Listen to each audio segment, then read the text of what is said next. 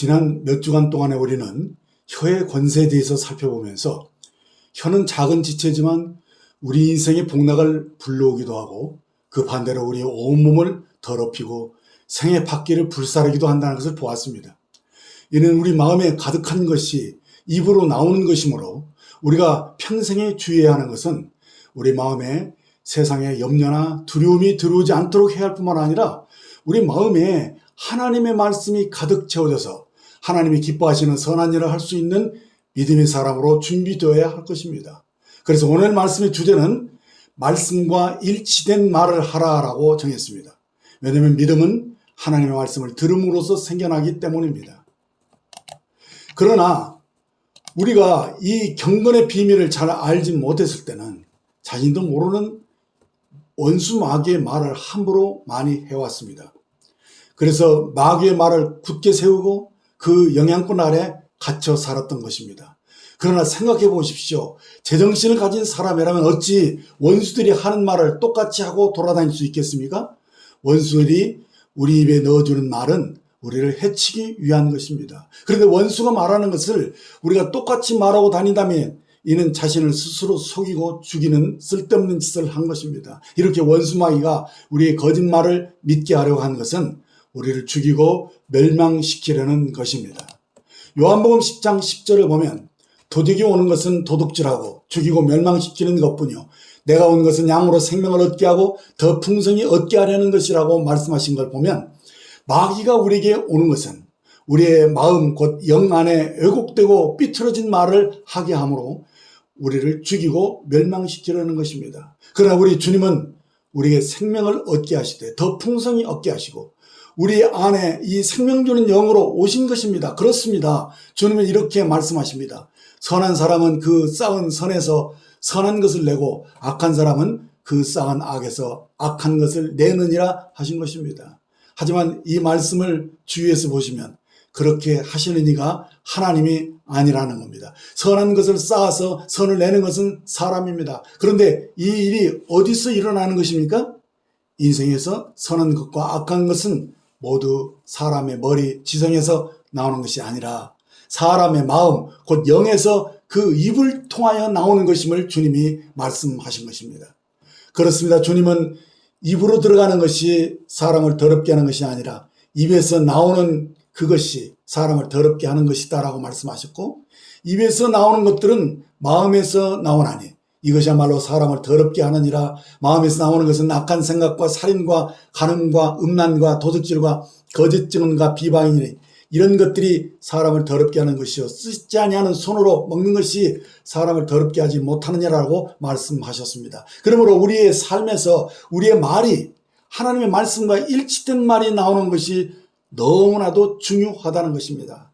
그래서 마귀가 결정적으로 우리가 알지 못하도록 숨기고 싶어하는 것이 있는데 그것은 우리 주 예수 그리스도께서 이루어놓으신 새 언약의 비밀입니다. 이는 그리스도 예수 안에서 우리가 새로운 피조물로 태어났다는 것입니다. 그래서 이제 우리는 우리 자신이 아닌 그의 만드신 바가 되었음을 분명히 아셔야 합니다. 우리는 그가 만드신 바라 그리스도 예수 안에서 선한 일을 위하여 지으심을 받은 자니 이 일은 하나님이 전에 예비하사 우리를 그 가운데서 행하게 하려 하십니다. 그런즉 누구든지 그리스도 안에 있으면 새로운 피조물이라 이전 것은 지나갔으니 보라 새 것이 되었도다.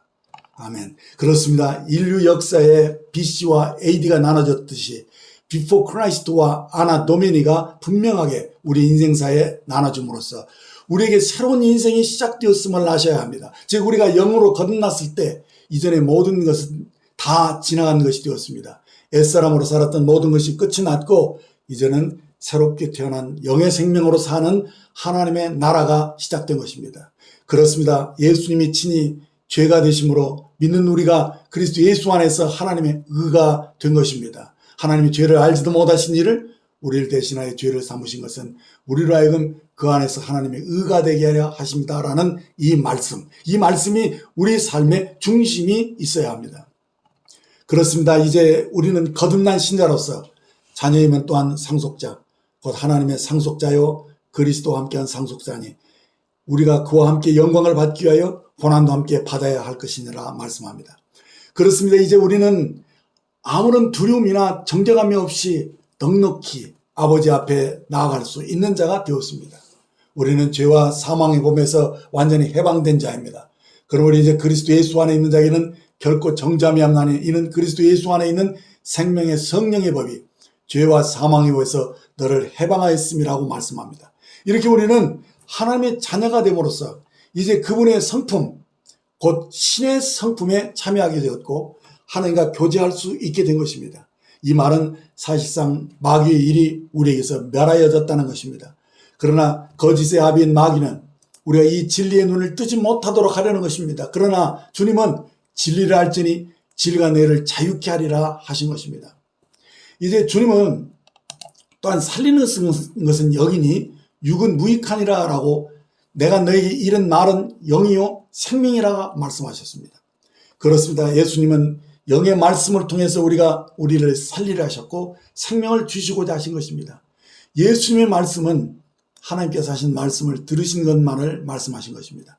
그래서 요한복음 5장 30절을 보면 내가 아무것도 스스로 할 수 없노라 듣는 대로 심판하노니 나는 나의 뜻대로 하려 하지 않고 나를 보내신 이의 뜻대로 하려 함으로 내 심판은 의로우니라 하신 것입니다. 이렇게 예수님은 하나님께 들은 말씀만을 하심으로써 아버지의 말씀을 확립하셨고 주님은 선포된 말씀으로 세상과 육신과 마귀를 이기셨던 것입니다. 자, 이것을 너희에게 이른 것은 너희로 내 안에서 평안을 누리게 하려 함이라. 세상에서는 너희가 환난을 당하나 담대하라. 내가 세상을 이겼노라라고 말씀하신 주님은 실제로 마귀에게 시험을 당하실 때 마태복음 4장을 보면 마귀를 대적하는 유일한 도구로 기록된 말씀을 그 입으로 선포하심으로써 마귀의 시험을 이기셨던 것입니다. 우리도 그리해야 합니다. 기록된 성경 말씀은 우리가 읽거나 자신의 말로 표현하고 선포하기 전에는 사실상 아무런 능력이 없는 것입니다. 문자 그 자체가 아무런 권세가 없다는 것입니다. 그래서 주님은 누가복음 6장 46절 48절에서 이렇게 말씀하셨습니다. 너희는 나를 불러 주여 주여 하면서도 어찌하여 내가 말하는 것을 행하지 아니하느냐. 내가 나와 내 말을 듣고 행하는 자마다 누구와 같은 것을 너희에게 보이리라. 집을 짓되 깊이 파고 주초를 반석 위에 놓은 사람과 같으니 큰 불이 나서 탕류가 그 집에 부딪히되 잘 지었기 때문에 능히 요동하지 못하게 하였거니와 듣고 행하지 아니하는 자는 주초 없이 흙 위에 집 지은 사람과 같으니 탕류가 부딪히되 집이 곧 무너져 파괴됨이 심하니라 하시니라. 여기서 예수님이 말씀하시고자 하신 요지는 무엇입니까? 말씀은 듣지만 행하지 않으면 그 삶은 쉽게 무너진다는 것입니다. 그래서 우리가 제대로 된 신앙생활을 하려면 집을 지을 때 주초를 반석 위에 놓은 사람만이 어떤 시험에도 흔들림 없이 설 수 있다는 것을 명심하셔야 합니다. 인생을 살다 보면 이런 일 저런 일 홍수와 탕류에 부딪히는 일은 누구에게나 있습니다. 그러나 문제는 이런 환난이나 시험에도 요동하지 않는 사람이 되려면 주초를 반석 위에 세워야 한다는 것입니다. 그럼 누가 반석 위에 집을 지은 것입니까? 주님은 내 말을 듣고 행하는 자라고 하셨습니다. 즉 우리의 삶을 말씀을 근거하여 행하는 자를 가리킵니다.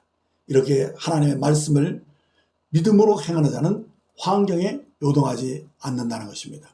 시편 111편 7절을 보면 그는 흉한 소문을 두려워하지 아니하며 여호와를 의리하고 그의 마음을 굳게 정하였도다라고 말씀한 것처럼 말씀으로 그 마음을 굳게 세운 자는 어떤 시험이 와도 그 인생은 파멸되지 않는다는 것입니다. 그러니까 인생의 파멸은 홍수나 탕류가 아니라 하나님의 말씀을 근거로 행하지 않는 것에 있다는 것입니다. 이 말씀은 누가 구원을 받고 못 받았는지에서 말하는 것이 아닙니다. 둘 다 주님의 말씀을 들은 자들이지만 주여 주여 하면서도 실제로는 주님의 말씀을 근거로 행하지 않는 자의 파멸을 경고하셨던 것입니다.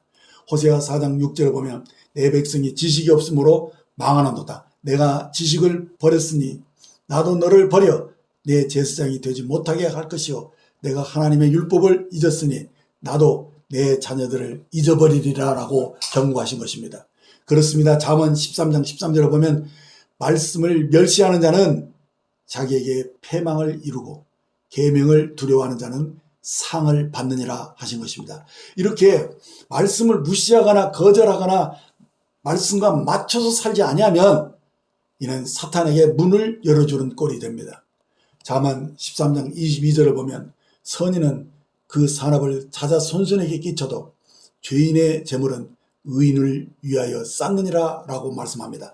보십시오. 죄인의 재물은 의인을 위해서 쌓이느니라 라고 말씀하신 이 말씀, 곧 이것은 임자가 얼마든지 바뀔 수 있다는 것입니다. 이렇게 우리가 하나님의 말씀을 근거해 행동하기 시작할 때, 즉 우리의 말을 하나님의 말씀과 일치시켜 말할 때 하나님은 우리를 위해서 역사하신다는 것입니다. 그런데 우리는 흔히 이렇게 말하곤 합니다. 아니, 악인들, 곧 세상 사람들이 모두가 더 잘 되고 더 잘 살고 있지 않냐 이렇게 말합니다. 얼핏 보기에 그렇습니다. 그들은 가리는 게 없이 입맛대로 자기들이 하고 싶은 대로 하기에 우리보다 훨씬 빨리 성공하는 것처럼 보입니다. 그러나 우리는 그런 식으로 말하는 것을 조심해야 합니다. 우리의 말이 지금 누구를 높이는 꼴이 되었습니까? 믿는 자는 하나님의 말씀을 선포할 때 힘을 얻고 있는 것입니다. 이사야 54장 14절 15절 말씀을 보시면 너는 의로 설 것이며 학대가 내게서 멀어질 것인즉 내가 두려워하지 아니할 것이며 공포도 내게 가까이 하지 못할 것이라. 보라, 그들이 분쟁을 일으킬지라도 나로 말미암지 아니한 것이니 누구든지 너와 분쟁을 일으키는 자는 너를 말미암아 패망하리라 라고 말씀합니다. 그리고 이어지는 17절을 보시면 너를 치려고 제주된 기계가 날카롭지 못할 것이라. 일어나 너를 대적하여 송사하는 모든 혀는 내게 정죄를 당하리니 이는 여호와의 종의 기업이요 이는 그들이 내게서 얻은 공인이라 여호와의 말씀이라고 말씀합니다. 아멘. 그렇습니다. 너를 치려고 제조한 기계가 날카롭지 못할 것이다 라고 하나님의 말씀이 선언해 주고 있습니다. 이 얼마나 든든한 말씀입니까? 이 말씀을 우리는 붙잡아야 합니다. 저는 마음이 살아날 때마다 종종 시편 1편 말씀을 묵상하곤 합니다. 복 있는 사람은 악인들의 꾀를 따르지 아니하고 죄인들의 길에 서지 아니하며 오만한 자들의 자리에 앉지 아니하고 오직 여호와의 율법을 즐거워하며 그 율법을 주야로 묵상하는 자로다. 그는 시냇가에 심은 나무가 시절을 따라 열매를 맺으며 그 잎사이가 마르지 아니한 바 같으니 그가 하는 모든 일이 다 형통하리로다라고 말씀합니다. 보십시오. 우리가 늘 기억해야 하는 것은 복 있는 우리는 물가에 심기운 나무처럼 하는 일마다 다 형통하리라고 하나님이 말씀하셨다는 것입니다. 그러나 이어지는 4절 5절을 보면 악인들은 그렇지 아니하며 오직 바람에 나는 겨와 같도다. 그러므로 악인들은 심판을 견디지 못하며 죄인들이 의인들의 모임에 들지 못하리로라고 말씀한 것을 봅니다. 그러므로 세상에 악인이 잘되고 나는 늘 어렵다라는 말은 하나님의 말씀과 일치하지 않는 말입니다. 이제 우리는 하나님의 말씀을 고백하는 형태로 우리의 말이 바뀌어져야 합니다. 그래서 무릇 의인들의 길은 여호와께서 인정하시나 악인들의 길은 망하리도다라고 말씀하신 것입니다. 그래서 저는 마음이 불안하거나 흔들릴 때는 자주 이렇게 고백합니다. 나를 치려고 제조된 기계가 날카롭지 못할 것이요 내가 하는 일마다 다 형통하리도다라고 고백하곤 합니다.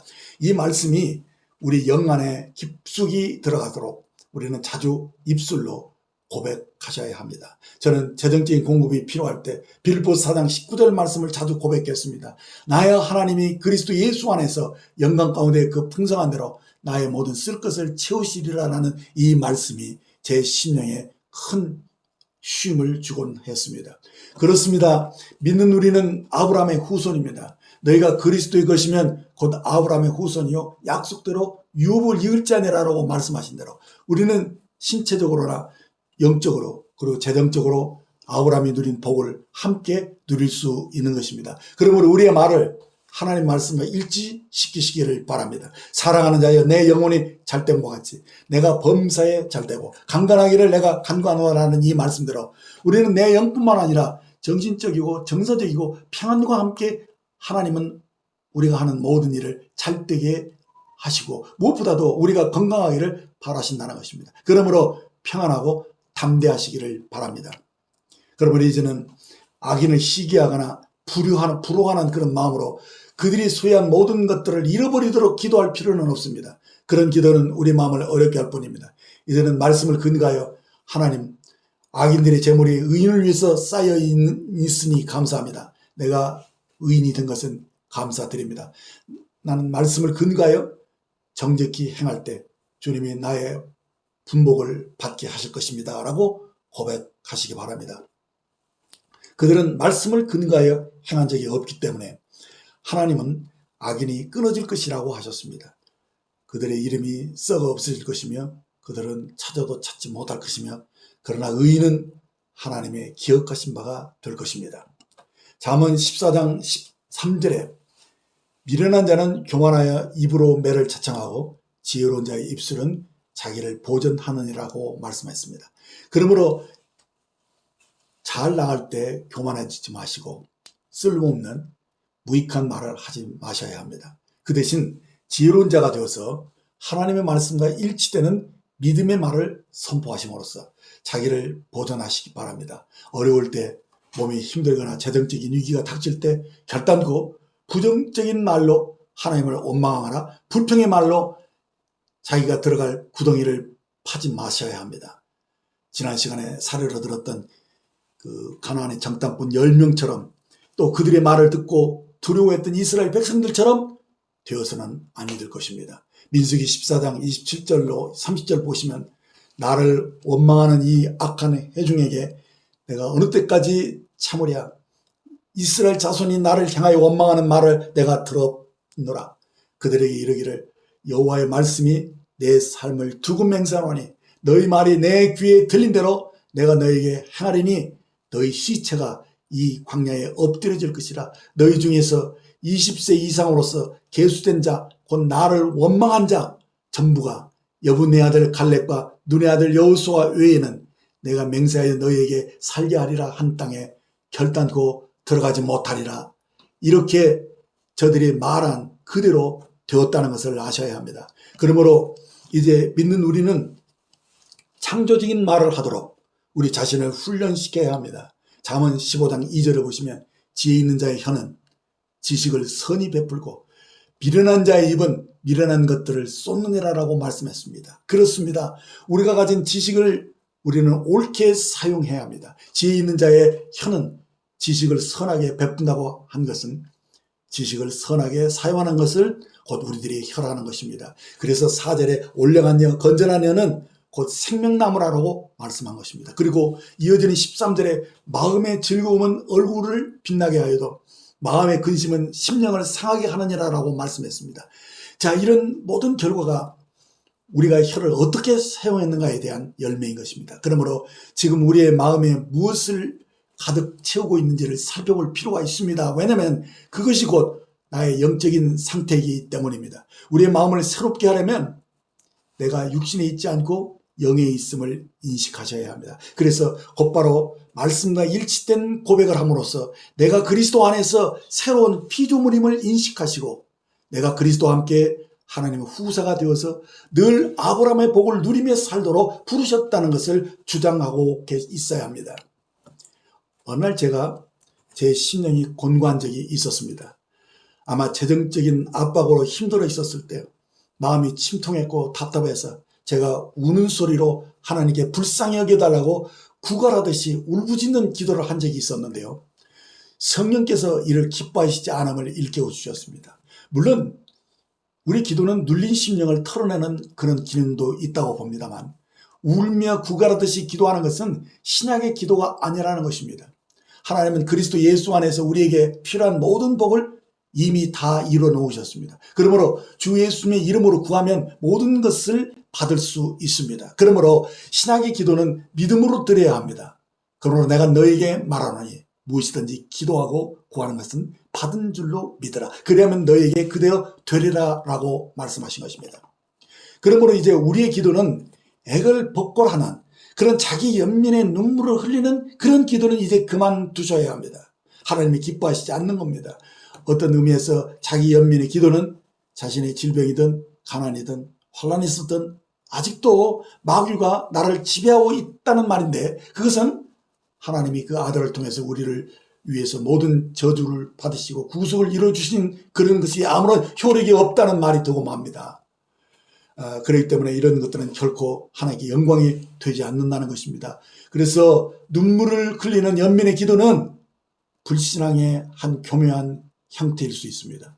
이것은 하나님의 말씀과 일치된 믿음의 기도라고 할 수 없는 것입니다. 그러므로 기도하는 우리의 태도가 바뀌어야 합니다. 잠언 15장 13절에 마음의 즐거움은 얼굴을 빛나게 하여도 마음의 근심은 심령을 상하게 하느니라라고 말씀하고 있습니다. 이제 주님이 우리의 저주를 이미 다 짊어지셨으니 우리는 더는 마음의 근심함으로 심령을 상하게 하지 말아야 합니다. 구속의 은혜를 믿는 우리는 즐거운 마음으로 얼굴을 빛나게 할 수 있습니다. 이는 하나님의 우리의 기도를 이미 들으셨고 우리의 모든 필요를 공급해 주셨기 때문입니다. 그래서 즐거운 마음으로 감사와 찬미를 드릴 수 있는 것입니다. 이것이 하나님의 말씀과 일치된 믿는 자의 태도요 자세인 것입니다. 잠언 15장 15절에 고난받는 자는 그날이 다 험악하나 마음에 즐거운 자는 항상 잔치하느니라 라고 말씀하고 있습니다. 이 얼마나 놀라운 은혜입니까? 우리가 받은 고난과 저주는 십자가에서 이미 끝났습니다. 이제 우리는 주님이 하신 일을 힘입어 마음이 즐거운 자가 된 것입니다. 그런데 마음이 즐거운 자는 항상 잔치를 하느니라고 말씀했죠. 이렇게 은혜 안에 있는 자는 마음이 즐거움으로 항상 잔치하는 자가 되어야 합니다. 그래서 이제 우리의 태도와 말은 바뀐 것입니다. 이제 항상 마음의 즐거움으로 잔치하는 자가 되었다라고 선포하시기를 바랍니다. 믿는 자는 말한 것을 가지고 있는 것입니다. 우리 마음에 하나님의 나라가 임하였음을 선포합시다. 이렇게 우리 마음에 주님이 계시기 때문에 마음에 즐거운 자는 항상 잔치하는 것입니다. 저는 시편 23편을 매우 좋아합니다. 여호와는 나의 목자시니 내게 부족함이 없으리로다. 그가 나를 푸른 풀밭에 누이시며 쉴만한 물가로 인도하시는도다. 내 영혼을 소생시키고 자기 이름을 위하여 의의 길로 인도하시는도다. 내가 사망의 음침한 골짜기에 다닐지라도 해를 두려워하지 않을 것은 주께서 나와 함께 하심이라. 주의 지팡이와 막대기가 나를 안위하시나이다. 주께서 내 원수의 목전에서 내게 잔치를 차려주시고 기름을 내 머리에 부으셨으니 내 잔이 넘치나이다. 내 평생의 선하심과 인자하심이 반드시 나를 따르니 내가 여호와의 집에 영원히 살리로다. 이 얼마나 태평한 모습입니까? 저는 여기서 특히 내 원수의 목전에서 내게 상을 차려주시고 잔치를 베풀어 주시고 이 얼마나 신나는 일입니까? 어떤 사람은 우리가 날마다 잔치하는 삶은 천국에 올라가서야 누릴 수 있는 것이 아니냐라고 이렇게 말을 하는데 결코 그렇지 않습니다. 천국에는 원수가 없지 않습니까? 우리 주님은 원수의 목전에서 나에게 잔치를 베풀어 주시는 분입니다. 그렇습니다. 우리가 이 땅에서 가질 수 없는 것은 딱 한 가지뿐입니다. 그건 주님이 오시는 날 얻게 되는 영화로운 몸입니다. 그 외에 다른 모든 것은 이 땅에서 우리가 누릴 수 있도록 허락된 것들입니다. 누가복음 12장 32절에 적은 무리여 무서워 말라. 너희 아버지께서 그 나라를 너희에게 주시기를 기뻐하시느냐라고 말씀하셨습니다. 이 말씀은 문자적으로 보면 아버지께서 이 나라를 너희에게 주시기를 기뻐하시느냐라는 말입니다. 이미 우리 하나님의 나라가 우리 안에 있다라는 말씀입니다. 그래서 모든 좋은 것이 우리 마음에서 우리의 입술을 통해서 나온다는 것입니다. 특별히 우리의 마음에 가득한 것이 입으로 나온다는 것입니다.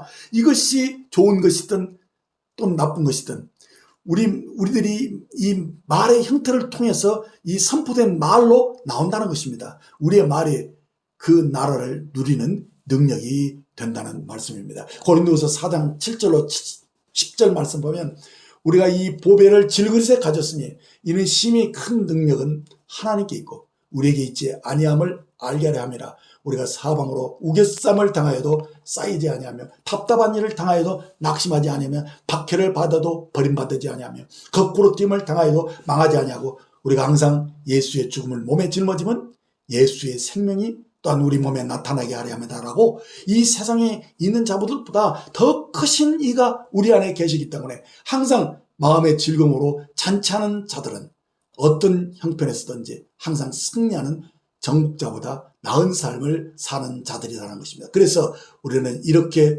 고백하는 자들입니다. 나는 하나님의 자녀입니다.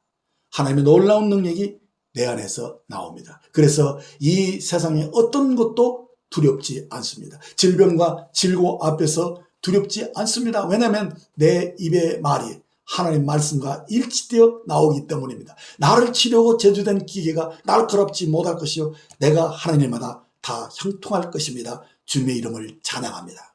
그렇습니다. 사람은 그 입의 대답으로 말미암아 기쁨을 얻나니 때에 맞는 말이 얼마나 아름다운고 라고 노래합니다. 그렇습니다. 어떤 상황 속에서든지 성령의 도우심을 받아서 때에 합당한 말을 하는 자는 그 입의 대답으로 기쁨을 얻을 수 있는 것입니다. 그렇습니다. 하나님의 말씀과 일치된 말을 하는 것만이 하나님 나라를 누릴 수 있도록 해주는 것입니다. 그의 나라는 우리의 마음에 가득한 것이 우리 입을 통해서 나오는 것입니다. 잠언 16장 23절을 보면 지혜로운 자의 마음은 그 입을 슬기롭게 하고 또 그 입술에 지식이 더하느니라. 무엇이 우리의 입을 슬기롭게 합니까? 하나님께서 그렇게 하신다라고 하셨나요? 아닙니다. 지혜로운 자의 마음이 그 입을 슬기롭게 하고 또 그 입술에 지식을 더하느니라라고 말씀했습니다. 그렇습니다. 누구나 그 마음에 가득한 것이 입으로 나오는 법입니다. 24절을 보시면 선한 말은 물송이 같아서 마음에 달고 뼈에 양약이 드느니라라고 말씀한 것처럼 지혜로운 자는 그 마음에 선한 지식을 더함으로 그 마음을 슬기롭게 하고 그 마음을 꿀송이처럼 달게 하여 그 뼈에 양약이 되게 한다는 것입니다. 그런데 어떤 사람은 의심과 두려움을 말함으로 불신앙 가운데서 행하기 때문에 그 마음에 근심이 가득하고 뼈가 말라붙는 일들이 있다는 것입니다.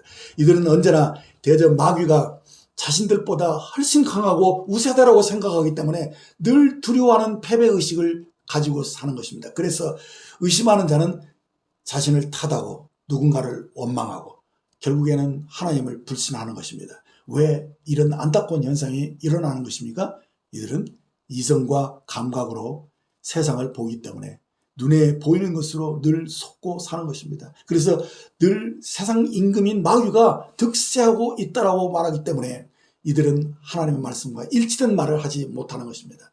원수 마귀는 창조자이신 하나님과는 달리 하나님을 대적하는 파괴자입니다. 그래서 결코 잘하고 있는 존재가 아닙니다. 마귀는 문제덩어리입니다. 그도 살아있기는 하지만 늘 우리에게 문제와 고통을 안겨주는 파괴자입니다. 그래서 마귀에 대해서는 이러쿵저러쿵 말하는 것 자체가 합당치 않다는 것입니다. 잠언 18장 4절을 보시면 명철한 사람의 입의 말은 깊은 물과 같고 지혜자의 샘은 솟구쳐 흐르는 내와 같으니라고 말씀하셨습니다. 7절을 보시면 미련한 자의 입은 그의 멸망이 되고 그의 입술은 그의 영혼에 그물이 되느니라고 말씀한 것을 봅니다.